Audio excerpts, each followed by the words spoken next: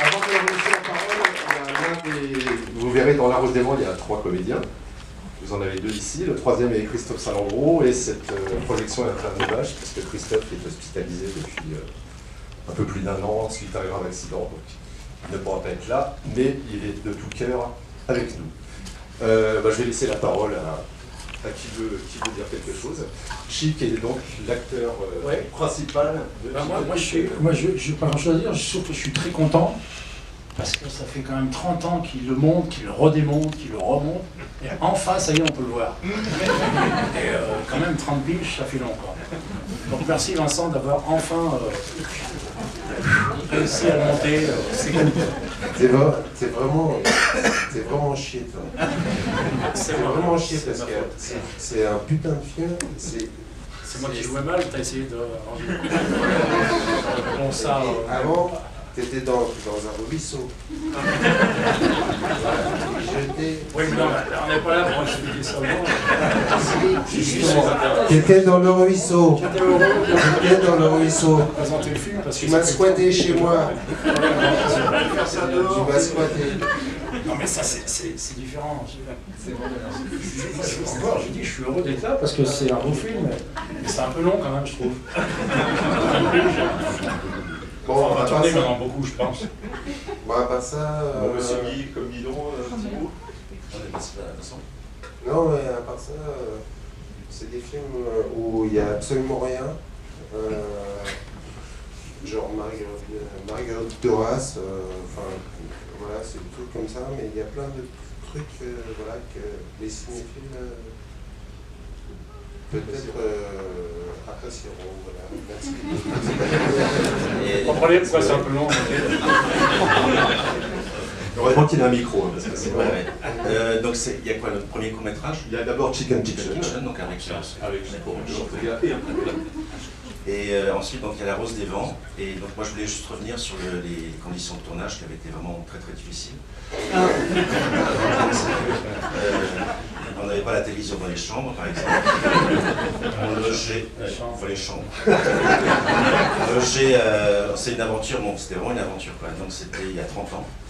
Et donc on logeait dans une maison dans un endroit vraiment improbable en Haute-Saône, je crois, ça. À 10 dans 3 pièces.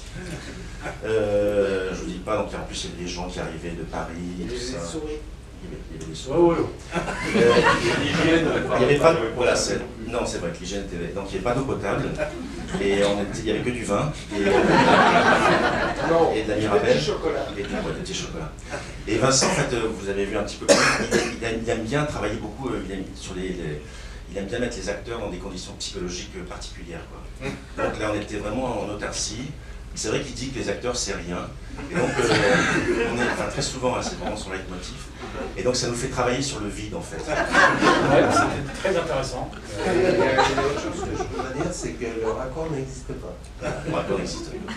Bon, enfin, voilà. Donc, comment ça a été tourné, sur quel support, Vincent? C'était de l'embrouille, c'était la grande époque de la rue Cognac-Gégère.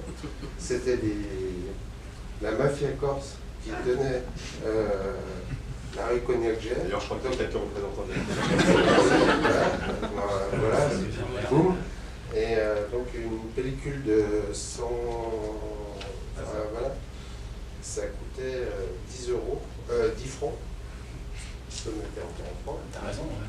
Et voilà, c'est une embrouille comme ça. Et des mots, c'est 5 euros. C'est comme ça que bon, je te regarde. Et donc pour dire aussi que les dialogues, on avait les dialogues en général le matin même pour le soir. C'est une façon de faire du cinéma. Voilà. Et on oubliait quelquefois d'apprendre les dialogues. Il faut dire que c'était mal écrit, tout ça. Et ça s'est tourné sur combien de temps? Une dizaine de jours, hein. Il y avait 30 ans pour le monter. Donc, ça a été montré où d'ailleurs? Ah non, nulle part, c'est la première fois. C'est pas passé au Fufu? C'est la première fois. Parce que tous ces gens sont lorrains. Mais c'est formidable, je suis super content. Hein.